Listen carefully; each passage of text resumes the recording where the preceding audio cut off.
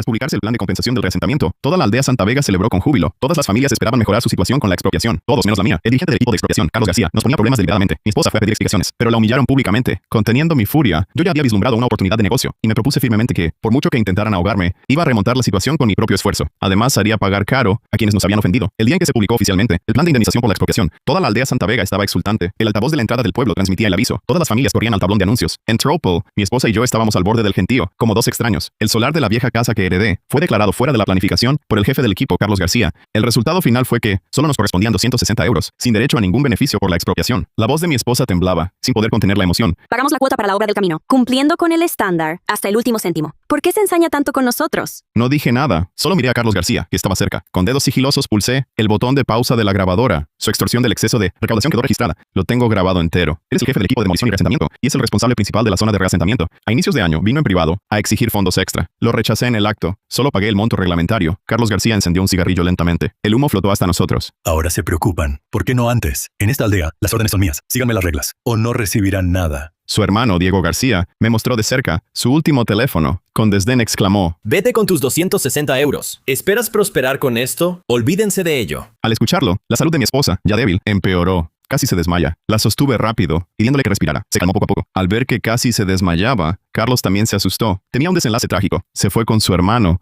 Los vecinos que observaban se dispersaron. Llevé a mi esposa a casa, mientras sujeto el plano urbanístico de la zona. Ya tengo un plan. Pensaba ir con la grabación a denunciar a Carlos, pero un detalle en el plano me hizo cambiar de idea. La única vía de acceso está en obras. Terminará en 15 días. Camiones grandes no pasan. Triciclos sí, con dificultad. El trayecto es accidentado. No hay bus, ni reparto a domicilio. Muchos son ancianos, lejos del pueblo. No hay mercado de fresco, ni cadena de frío, ni servicio a domicilio. Pero yo tengo 5 años de experiencia en la cadena de suministro. Tengo canal mayorista y un camión frigorífico. Y hasta un sistema de reparto en línea. No es un simple negocio. Es una necesidad vital. Él me quitó la indemnización. Yo controlaré la comida de toda la aldea. Carlos García, usaste el poder contra mí. Yo usaré una necesidad básica para ahogarte, para que nunca levantes cabeza. Al volver a casa, mi esposa contuvo las lágrimas. Tomé su mano y le dije con firmeza: Tranquila. Lo que perdimos, lo recuperaremos con creces. Tomé una decisión. Construí un mercado vecinal de productos frescos en el mismo terreno. Ya había alquilado en el pueblo una vivienda con cocina y baño. Pagué 3 meses de alquiler. Nos mudaríamos allí tras la demolición. Cuando el mercado estuviera listo, separaríamos un espacio para vivir en el segundo piso. Este terreno estaba bajo mi control total. Carlos García no podía confiscarlo directamente. Además, la ubicación era inmejorable. Frente a la entrada principal del reasentamiento, era un paso obligado para los vecinos. El reasentamiento acababa de entregarse. Las calles circundantes no estaban terminadas. No había autobuses. La inspección de seguridad previa a la entrega del conjunto no estaba hecha. Solo entraban los vecinos con credencial.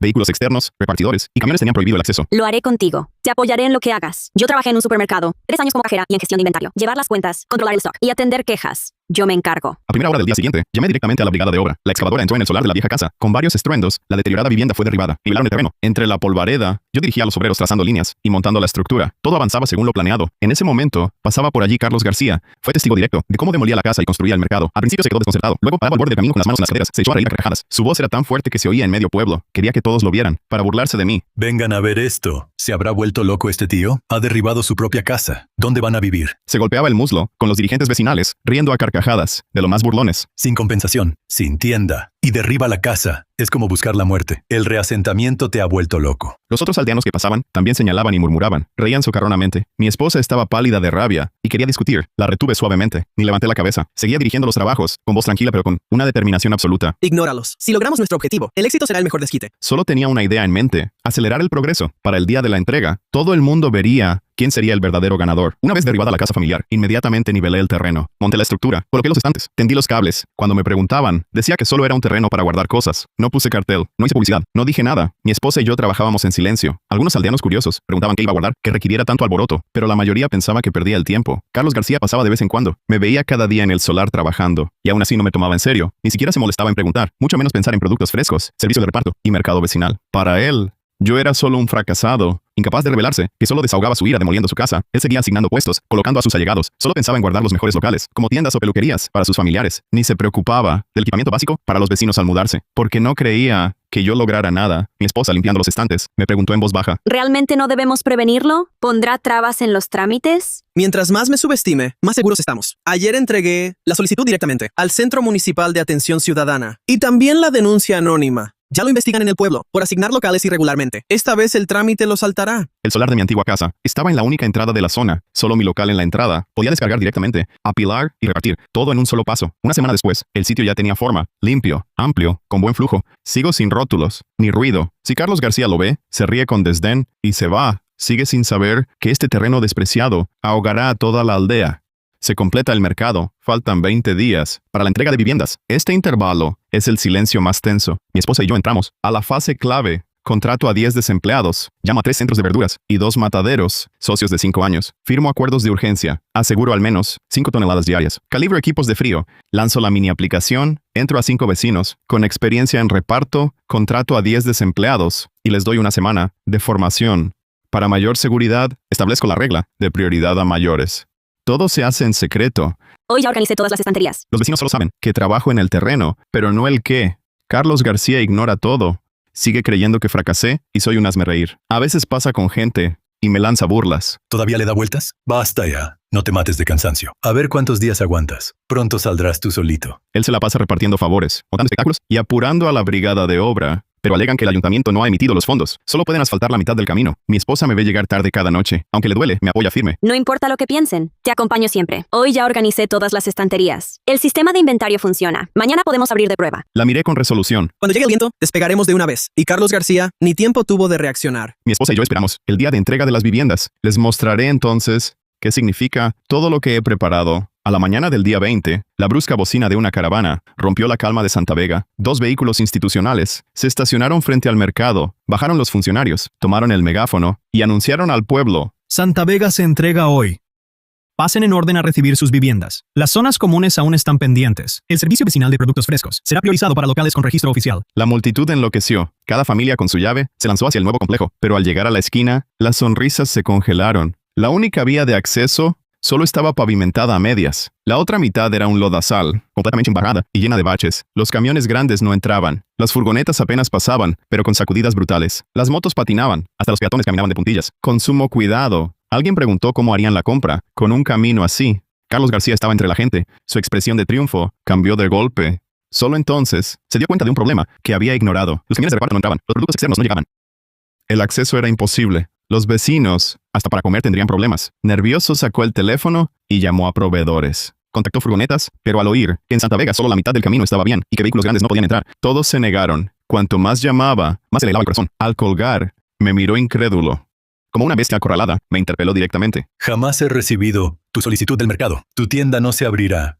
Haré que te investiguen. Al oír esto, entré y saqué el aviso del Centro Municipal de Atención Ciudadana, sellado con su sello oficial. Se lo puse delante. Carlos García se tapó el pecho, con los ojos desorbitados. Él tenía el poder de aprobación, el derecho a asignar locales, y de nada le servían. Fue su rabia lo que hizo que todas las miradas se dirigieran al mismo sitio. A la entrada de la zona de reasentamiento, un cartel decía Mercado Fresco, estanterías ordenadas, cadena de frío operativa, stock abundante. Mi mujer y yo, en la entrada, miramos con calma a los vecinos desconcertados y al pálido Carlos García. Él giró bruscamente hacia mí. Sus ojos se abrían cada vez más, incrédulo.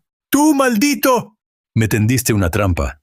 Solo en ese instante, comprendió por completo. No demolí la casa por rabia. Mis obras no eran un capricho. Elegir la entrada no fue casualidad. Lo que oculté un mes entero fue la llave para la comida de todos. Mercado vecinal de productos frescos. Al oír a Carlos García.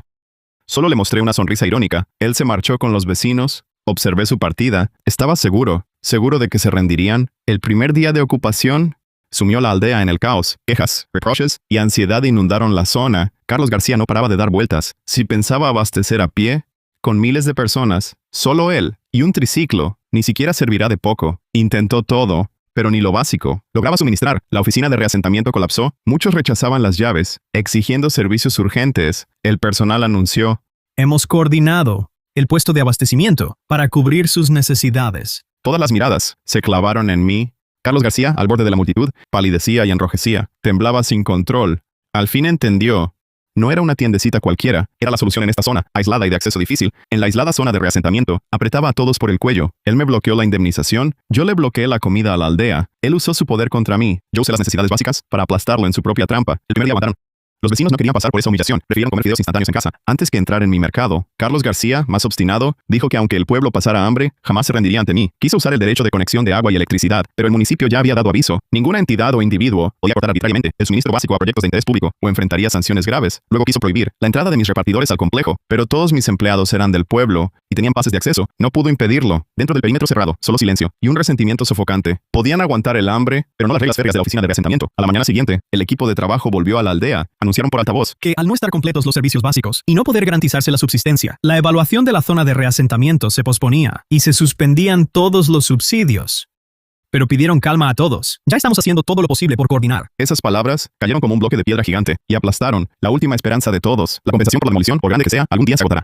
Pero los subsidios son una garantía de por vida, un beneficio tangible en nuestras manos. La primera en derrumbarse fue la señora García, quien antes, siguiendo a Carlos García, me había ridiculizado más. Con su móvil en la mano, se acercó tímidamente a la entrada del mercado, hizo un esfuerzo y esbozó una sonrisa incómoda. Sobrino, antes hablé sin pensar. Una vez que ella rompió el hielo, los demás ya no pudieron contenerse. Disculpas, súplicas, risitas forzadas se sucedían sin parar. Las miradas frías de antaño, las burlas, las señales con el dedo. Todo se transformó en sumisión y adulación. Carlos García quedó al fondo, apretado por la multitud, sin poder avanzar ni retroceder. Lo tenía agarrado por el cuello, sin espacio ni para respirar. Observé a la oscura multitud, y con voz serena, pero cargada de una fuerza inapelable, dije: ¿Queréis el servicio de reparto? Está bien, pero a partir de hoy... Carlos García quedó al fondo, apretado por la multitud. Indiqué a mi esposa que sacara el ya preparado acuerdo de servicio de reparto, y lo leyera a todos, punto por punto, sin amenazas, sin trabas. Todas eran exigencias razonables y conforme a la ley, pero en la situación actual, se convirtieron en cláusulas asfixiantes. Los aldeanos se miraban unos a otros, indecisos, sin atreverse a negarse, salvo yo. No tenían otra salida. En apenas mediodía, las casi 1000 familias del pueblo ya habían firmado. El mercado, antes vacío, se llenó de actividad. Clasificando, empaquetando, escaneando, cargando. Repartidores en motos eléctricas recorrían la urbanización. Sonaban alertas de pedidos. Mi esposa, a mi lado, contemplaba la escena y no pudo contener las lágrimas. Le sequé las lágrimas y pregunté sonriendo: ¿merece la pena? Ella asintió con fuerza. No podía hablar, y fuera de la multitud, Carlos García parecía una estatua olvidada, inmóvil. Observaba todo, a mí rodeado por la gente, y su poder ya inútil.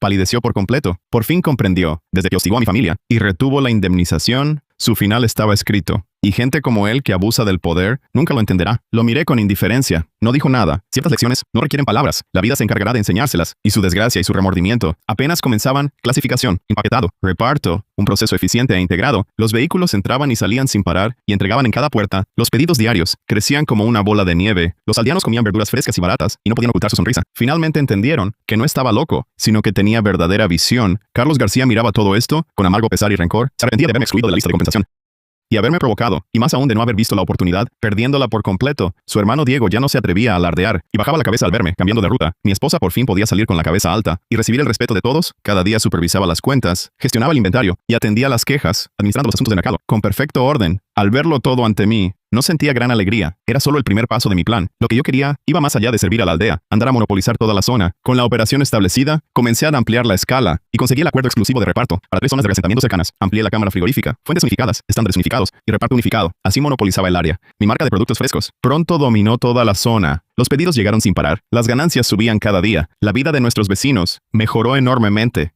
Todos me estaban aún más agradecidos. Me veían como el salvador de la aldea. Algunos querían erigirme una estatua o elegirme representante. Lo rechacé todo con cortesía. Solo quería centrarme en mi negocio. Carlos García perdió su poder. Nadie lo escuchaba. Los vecinos pedían por escrito su destitución. El pueblo completó su investigación y le dio una sanción de apercibimiento. Lo apartaron como jefe del equipo de demolición y responsable del reasentamiento. Se escondía en casa, sin atreverse a salir. Toda su arrogancia anterior había desaparecido. No lo perseguía hasta el final. Solo quería que pagara por sus actos. Ser magnánimo hoy facilita el reencuentro, pero jamás olvidaría cómo trató a mi familia.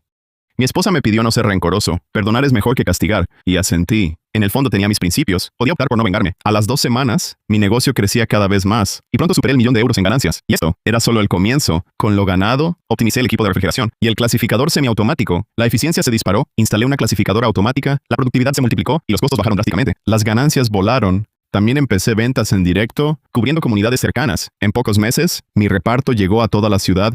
El volumen diario del centro alcanzó decenas de toneladas y el beneficio neto superó los 10 millones. Me convertí en un conocido empresario de frescos. Las ganancias subían cada día. Gracias a mí, la aldea superó las incomodidades y la calidad de vida mejoró mucho. Bajo mi coordinación, el pueblo aceleró las obras viales. A las 2 semanas, la carretera ya estaba asfaltada y se inauguró el autobús. La valoración del área de reasentamiento se recuperó y los subsidios se pagaron con normalidad. El camino de cemento llegó a cada puerta. Las farolas brillaban toda la noche. Todos vivían en paz y prosperidad. Los aldeanos me agradecían y me elogiaban por doquier. La sonrisa en el rostro de mi esposa jamás se desvanecía. Los parientes que nos despreciaban ahora venían a congraciarse. Los atendí con cortesía, pero mantuve las distancias. Ni frío ni calor. Incluso Carlos García finalmente dejó de lado su orgullo y vino a disculparse. con la cabeza gacha y voz sumisa, rogó perdón por sus culpas pasadas. Además, confesó haber retenido del pueblo fondos colectivos excedentes, parte de la recaudación para el camino. En total, 15.600 euros. De esos le quedaban 6.500. Dispuesto a devolver todo al pueblo, los 9.100 restantes los descontaría de su sueldo. Lo miré, ya envejecido, sin sentir nada en mi interior. Algunas heridas, ni las disculpas pueden sanar. Simplemente dije, ¿ya pasó? Pero sabía que algunas cosas nunca volverían a ser. Tras perdonarlo, Carlos dejó atrás el rencor, colaborando a fondo con mi trabajo. Usó sus contactos para facilitar muchos trámites. Yo, sin rencores, le asigné un trabajo liviano, encargado de almacén. Así tuvo ingresos estables para su vejez. Mi generosidad en la aldea aumentó aún más su respeto hacia mí. Mi prestigio alcanzó su cima. No me detuve. Expandí al mercado municipal. Conecté con grandes plataformas online. Monté una cadena de frío logística. Las ganancias diarias me sorprendían a mí mismo. Aquella indemnización que me quitaron, comparada con las ganancias de ahora, no era nada. Con hechos demostré que ser humillado no es terrible. Carecer de talento sí lo es. Con visión, capacidad y perseverancia, puedes recuperar con creces lo perdido. Mi esposa vive con estabilidad y felicidad. Ya no se preocupa por el dinero. Pasa los días cultivando verduras, charlando y ayudando a veces en el mercado, llevando las cuentas. Disfruta de una vida serena y libre. Al verla así de feliz, mi corazón se llena de satisfacción. Tanto esfuerzo y humillación han valido la pena. Las burlas y presiones de antaño se convirtieron en mi impulso. Sé que mi vida ha cambiado por completo y mi leyenda sigue escribiéndose. Al crecer, empecé a dar empleo a vecinos. Prioricé a los de nuestra aldea. Decenas trabajan cerca de casa, con ingresos estables. No emigran a trabajar. La mayoría de los desempleados trabajan en su entorno. El paro bajó mucho. Cada hogar tiene ingresos fijos. Me agradecen aún más. Me ven como quien guía a la aldea hacia la prosperidad. Además, creé un fondo de ayuda. Ayudaba a familias necesitadas del pueblo. Apoyaba a ancianos y niños para sus estudios, medicinas y vida diaria. Hacía todo lo posible. Tras convocar nuevas elecciones, todos votaron por mí unánimemente. No pude rechazar y acepté. Me dediqué plenamente al pueblo. Lo primero que hice fue crear un comité de supervisión. Todas las compras públicas las vigila el comité. Yo me abstuve de toda decisión sobre el mercado de productos frescos, evitando conflicto. Carlos García me ayudó, con respeto, sin su arrogancia de antes. Golpeándose la cabeza, dijo: Fui tan ciego al ofenderte a ti. Yo solo sonreí, sin darle importancia. Los rencores se habían desvanecido. Solo quería guiar a todos hacia la prosperidad. Mi negocio se expandía cada día. Del reparto comunitario pasamos a comedores y luego a empresas. Los canales crecían y la riqueza también. Pero yo sabía que no era el final, sino un nuevo inicio. Pero vinieron nuevos retos. Con el sistema estable, mi centro de acopio superó 3.000 órdenes diarias. Los camiones frigoríficos iban y venían. El área de clasificación estaba iluminada día y noche. Las ganancias crecían sin parar. Mi esposa ya podía caminar con la cabeza alta. Por la aldea, los vecinos que antes se burlaban de mí, ahora se me acercaban a saludar. Con mucho respeto. Desde que Carlos García trabajaba para mí, como encargado de almacén, se dedicaba en cuerpo y alma, sin atreverse a ser negligente. Sabía lo que nos debía por el pasado. No solo mantenía el almacén en perfecto orden, sino que mediaba con los vecinos. Si alguien se quejaba del reparto, era el primero en explicar. Usando su propia lección, aconsejaba a todos que se portaran bien. Me pidió disculpas en privado muchas veces. Fui un idiota. No debí aprovecharme de mi poder para quitarles su indemnización. Y ahora me das un trabajo estable. Es un favor enorme.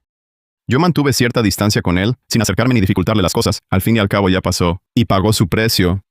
Pero esta tranquilidad la destruyó Diego García con su malicia. Diego García despilfarraba la indemnización en ropa de marca, ir de juerga, con malas compañías, jugaba a apuestas. En menos de medio año, lo despilfarró todo. Se arruinó. Carlos, en cambio, usó su indemnización para la entrada de un piso y se quedó sin ahorros. Sin dinero, sin habilidades, no quería esforzarse ni trabajar. Vagaba por la aldea. Vio crecer mi negocio y a su hermano mayor trabajando para mí.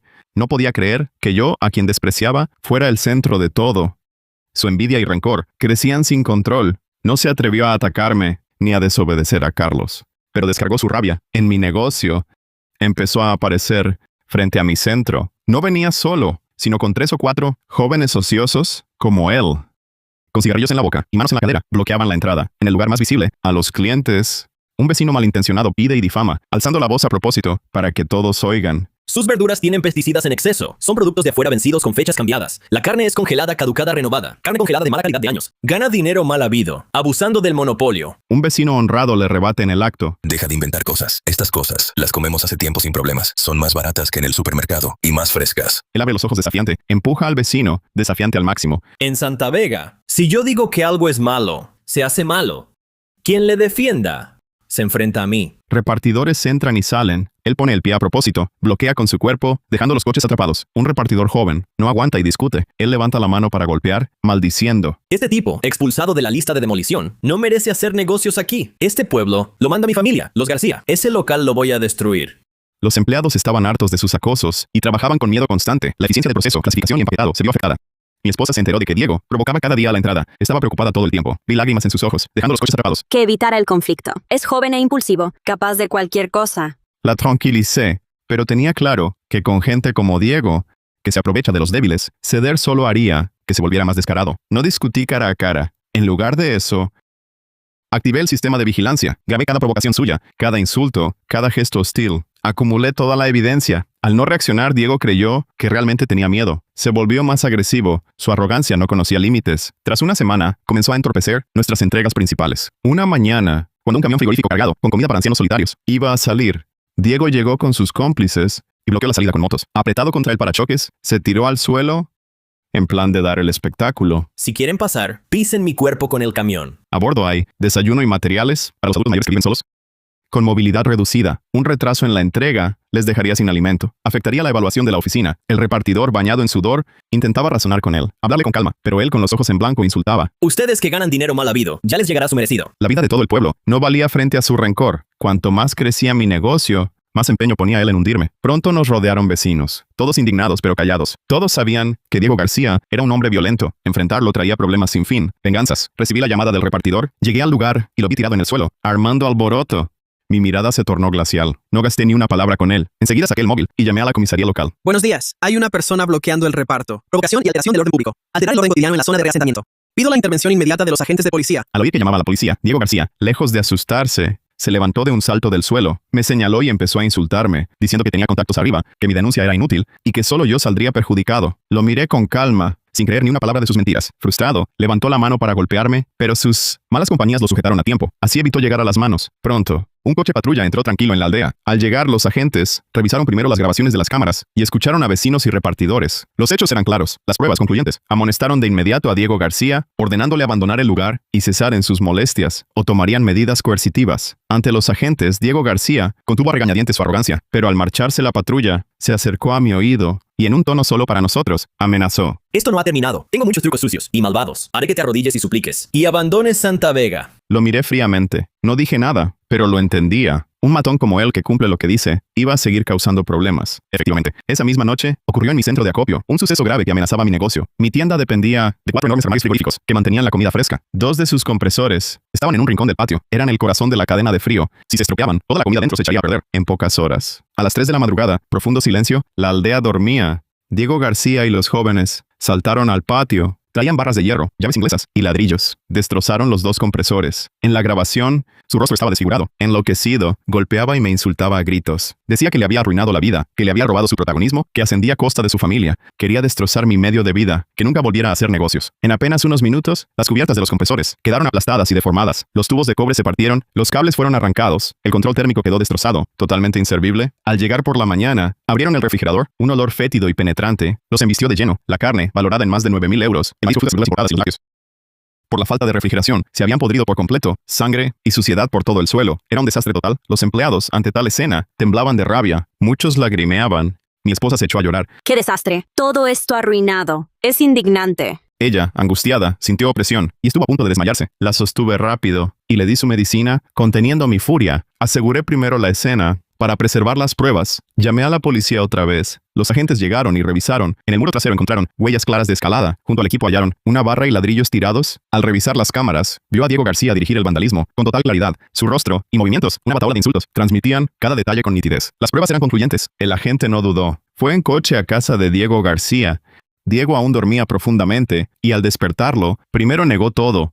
Decía que él no lo hizo, que lo acusaban falsamente. Al ver el vídeo de las cámaras, se puso lívido, enmudeció. No tuvo más excusas. Al subirlo al coche patrulla, gritaba rodeado de vecinos. Fue adrede. Tú me tendiste una trampa. Tú me pagarás por esto. Por haber dañado propiedad pública y privada. En gran cuantía, Diego recibió detención administrativa de 7 días y una multa de 390 euros. Además, debía indemnizar en su totalidad las reparaciones del equipo y los alimentos estropeados, que sumaron 10.920 euros. La noticia corrió por toda la aldea. Los vecinos aplaudían el castigo. Decían que fue cosecha propia. Maldad con maldad se paga. Carlos García, jefe del equipo de demolición, se enteró y lloró de desesperación. Vino a buscarme. Se inclinó una y otra vez. No supe educar a mi hermano. Te causé gran daño.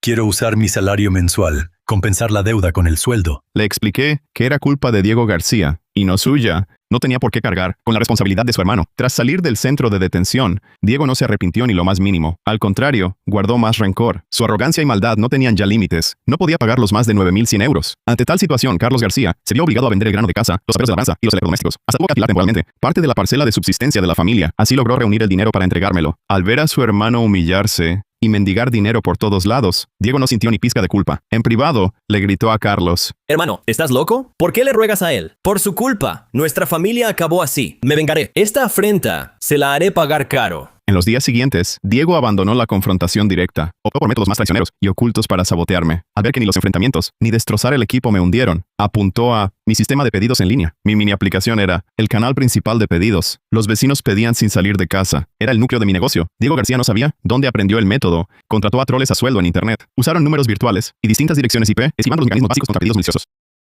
En mi mini aplicación, hicieron pedidos maliciosos masivos. Los rechazaban al instante y bloquearon. En un día, crearon más de 200 pedidos inválidos. Esos pedidos falsos colapsaron el sistema de reparto. Los repartidores viajaron en vano. Los pedidos reales se acumularon, sin poderse entregar. Hasta el mediodía, muchos no recibieron sus verduras. Las líneas de quejas saturaron. Mi reputación se vio muy afectada. Los técnicos repararon el sistema de urgencia. Añadieron verificación facial y límites de frecuencia de pedidos. Volvió a la normalidad al amanecer. Esta vez, perdí más de 2.600 euros y perdí clientes temporales. Rastreé los números de teléfono y las direcciones IP. Finalmente, todas las acciones maliciosas provenían de Diego García y sus cómplices. Diego García, era usted como pensé. Esta vez no seré indulgente. Presenté las pruebas completas y el registro de actividad del sistema. Se archivó todo el registro de las cámaras CNN y se volvió a presentar a la comisaría local. Los agentes de policía le dejaron claro a Diego García que sus actos constituían provocación reiterada, de extrema gravedad, de reincidirhan. Sería sancionado con todo el peso de la ley, sin contemplaciones. Tras la severa reprimenda, Diego aparentó calmarse 3 días, pero en secreto tramaba un plan siniestro, capaz de arruinar mi vida y poner en peligro a toda la aldea. Él sabía muy bien, que yo proveía a diario los ingredientes para los comedores escolares del pueblo. Era un proyecto de bienestar esencial, supervisado de cerca. Era el pilar de mi reputación. Un problema ahí, acabaría con mi negocio y me traería responsabilidades legales. Aún así, se arriesgó, planeando sabotear los alimentos para hundir mi empresa, aunque pusiera en riesgo la salud de otros.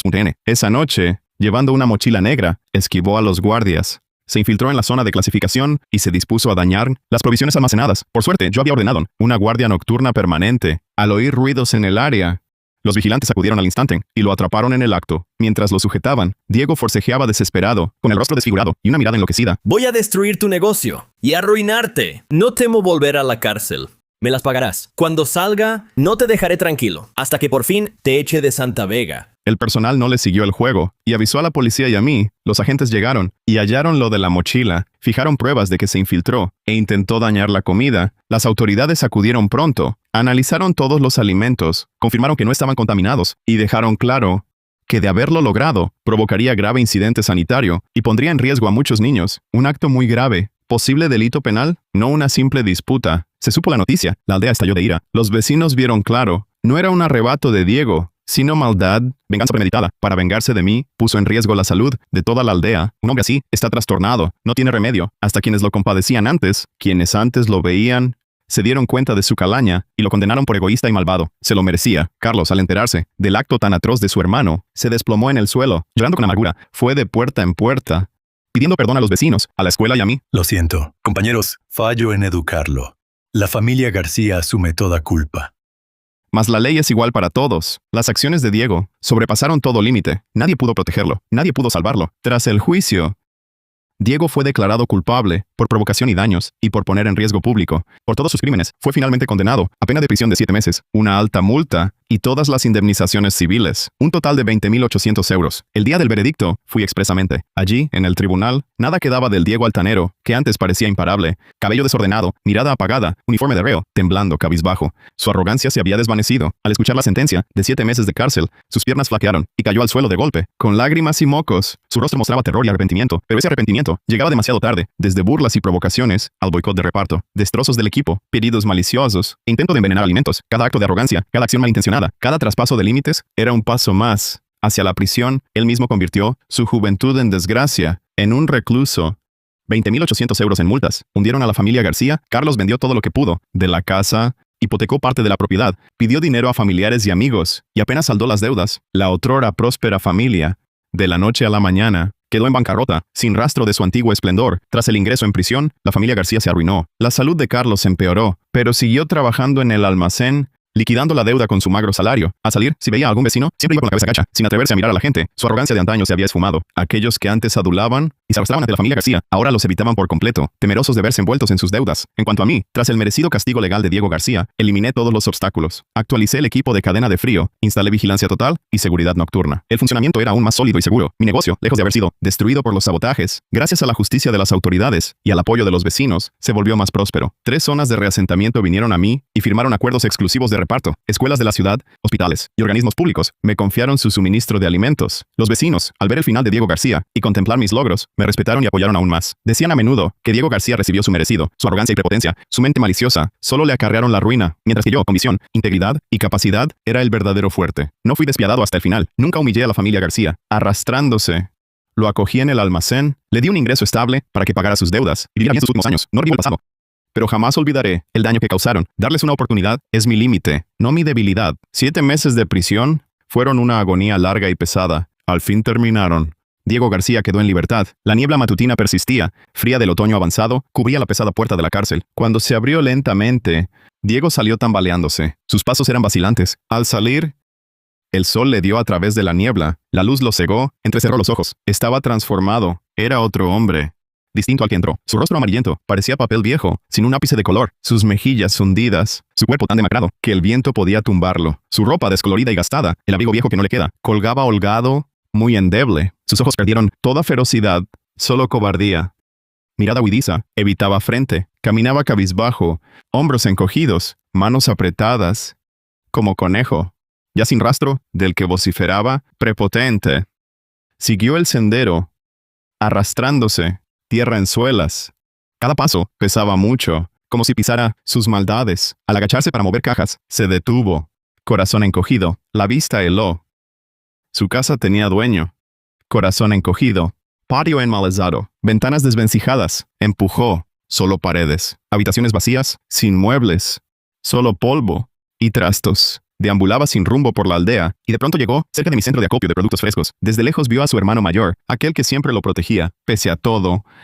Ahora vestido con un mono de trabajo sencillo, en el almacén del centro, trabajaba con devoción. Al agacharse para mover cajas, su espalda ya se veía algo encorvada. Su cabello lucía muchas canas. Cada movimiento le costaba esfuerzo. Luego, me vio a mí. Yo, con mi traje impecable, de pie a la entrada del centro, rodeado de unos vecinos. Todos sonreían respetuosamente. En cada gesto mío, traslucía confianza y serenidad. En la cumbre del éxito, con el apoyo de toda la aldea, aquel aspecto respetado contrastaba dolorosamente con su miseria. En ese instante, el remordimiento y la angustia en su corazón irrumpieron como una marea, abrumándolo por completo. Sentía un gran peso en el pecho que le impedía respirar. El dolor por esa diferencia era más insoportable que cualquier sufrimiento en prisión. Intentó buscar trabajo en el pueblo, pero al oír los dueños, que era el mismo que intentó envenenar la comida escolar, todos lo rechazaron. Buscó a sus viejas, malas compañías para pedir dinero y lo echaron a golpes. Pasó 3 días enteros con hambre, sin probar comida caliente. No se atrevía a volver a casa, ni a enfrentar la casa vacía. Se escondía todo el día, en la abandonada casa de tejas a la entrada, sobreviviendo con dificultad. La casa estaba ruinosa, con las paredes descascaradas y el tejado con agujeros. Cuando llovía, el agua se filtraba por todos lados. Dentro estaba llena de basura y trastos. Allí se acurrucaba, sin saber de dónde vendría su próxima comida. A veces pasaba el día entero, comiendo un pan duro y bebiendo agua fría. Era una situación lamentable. Ocasionalmente, algún vecino pasaba por la entrada, y al verlo así, nadie mostraba compasión. Todos se detenían, señalándolo y comentando en voz baja, con desprecio y burla. Decían que se lo había buscado, que el mal siempre recibe su pago, y que merecía su situación. Aquellos que antes se aprovechaban con él, sus malas compañías, al verlo en tal miseria, no querían saber nada de él. Si se lo cruzaban, se alejaban de inmediato, como si fuera una bestia feroz. Se convirtió en el apestado absoluto de toda la aldea. Nadie se le acercaba. Tras días de angustia, no aguantó ni el hambre ni la soledad. Ya no podía huir de su culpa. Al final reunió valor y arrastró su cuerpo exhausto, paso a paso, llegando con dificultad a la puerta de mi centro de acopio. El sol brillaba, el lugar bullía de gente, los empleados cargaban mercancías, clasificaban, todo era un hervidero. Parado en la entrada, desconcertado, todo su cuerpo temblaba, su mirada llena de miedo y humillación. Respiró hondo y cayó de rodillas en el cemento frío. El golpe de sus rodillas sonó estridente. Hacia donde yo estaba, no paraba de hacer reverencias. Su frente golpeaba el suelo con un ruido seco. Lo siento, he obrado mal. Me dejé llevar por la codicia. Su voz ronca, como papel de lija, con voz quebrada, se disculpaba a intervalos. Por todas sus fechorías, admitía su culpa, sin excusas. Golpeaba su frente, arrepintiéndose. Dijo, estaba cegado, de mente estrecha, malvado y egoísta, sin ver lo justo, siempre oprimiendo. Mi situación actual, me la merezco. Es mi castigo. No culpo a nadie. Me rogó perdón. Olvidar el pasado, un trabajo cualquiera. El más bajo, sollozó. Ya sé que me equivoqué. Solo quiero mis manos para mantenerme, ayudar a mi hermano, pagar deudas, rehacer mi vida y enmendar mis errores. Ante él erguido, de pie firme, mirándolo desde arriba, aquel que antes reinaba con prepotencia, ahora mísero.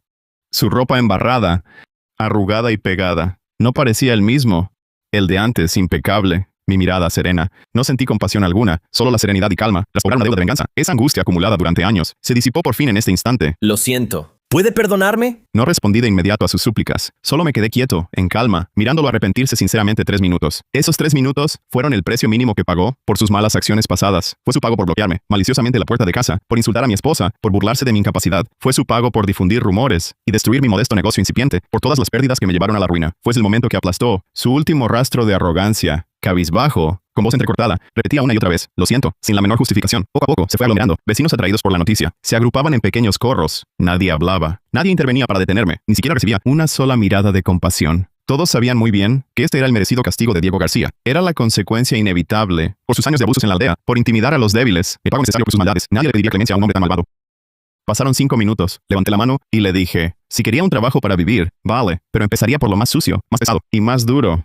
Clasificar verduras, cargar mercancías y limpiar basura, sin holgazanear en nada. Salario mínimo, sin bonificaciones, sin subsidios. Pero las reglas, las más estrictas. 1 minuto de retraso, un solo error y despido inmediato, sin lugar a apelación. Desde ese día, antes del amanecer, ya aparecía Diego García, en el centro de acopio. Bearer. Recoger basura, limpiar baños. Todo el trabajo más bajo y más arduo lo asumía él. Los empleados a veces mencionaban sus fechorías pasadas. Algunos incluso lo hostigaban, echándole las tareas más pesadas. Él no se atrevía a protestar, solo bajaba la cabeza y aceleraba el ritmo, sin casi respirar. Todo esto se lo había buscado él mismo. Nadie le tendría lástima, nadie le ayudaría. A veces, desde la ventana de mi oficina, observaba a Diego García, trabajando humildemente en el patio, desaliñado y derrotado. No sentía ningún placer, solo una paz final.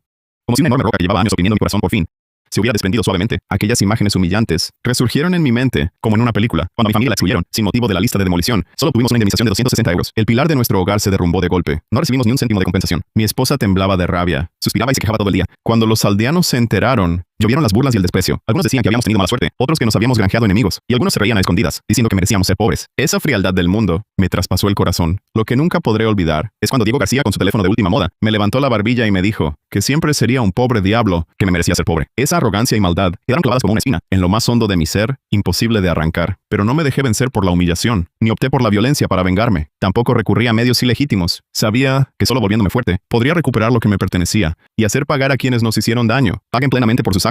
Con mi perspicacia, descubrí la oportunidad en el sector de productos frescos. Gracias a mi planificación y a la perseverancia día tras día, construí paso a paso mi propio imperio de productos frescos. De un pequeño mercado, alcancé la escala actual. Transformé las ruinas de la demolición en una base logística de productos frescos, revitalizando terrenos abandonados. Convertí las burlas y desprecios de los vecinos en la fuerza para avanzar. Transformé los daños maliciosos de Diego García en el peldaño para ascender. En estos años, me esforcé con dedicación, actuando con honestidad, y finalmente gané millones. Pasé de ser la escoria ridiculizada a la persona más respetada de la aldea. A donde fuera, recibía cálidos saludos de los vecinos. Carlos García de la aldea también hizo cosas incorrectas, pero reconoció su error, pidió disculpas y compensó. Luego trabajó conmigo en el negocio, siendo trabajador y práctico, y al final tuvo una vejez tranquila, viviendo una vida estable y feliz. En cambio, Diego García persistió en su error, siguió arrogante y malicioso. Aparte de maltratar a los débiles, también hacía cosas escondidas, sus actividades ilegales. Lo llevaron a prisión. Al salir estaba lleno de deudas y bajo el desprecio de todos. Se convirtió en un apestado por todos, sin su antiguo esplendor. Siempre creí que el bien y el mal siempre reciben su pago. La vida siempre te devuelve lo que haces. Siembras algo, cosecharás algo. Aquellos que hacen mucho mal y no se arrepienten, al final serán devorados por su propia maldad. Hoy, sigo fiel a mis principios. Gestiono con honestidad, sin engaños ni fraudes. Preparo cada producto fresco con toda dedicación. Y no olvido contribuir al pueblo. Ayudo a toda la aldea en el negocio de productos frescos. Conduzco a todos hacia la prosperidad común. La ley justa del gobierno me brinda protección y apoyo. El apoyo de los funcionarios me da la fuerza para avanzar. La confianza de mi esposa es mi refugio más cálido. El apoyo de los vecinos es mi respaldo más sólido. El sol se pone y sus últimos rayos dorados caen en cada rincón de la base logística y también sobre mi rostro, sereno y confiado. La leyenda que surgió de las ruinas acaba de empezar. El futuro está lleno de posibilidades.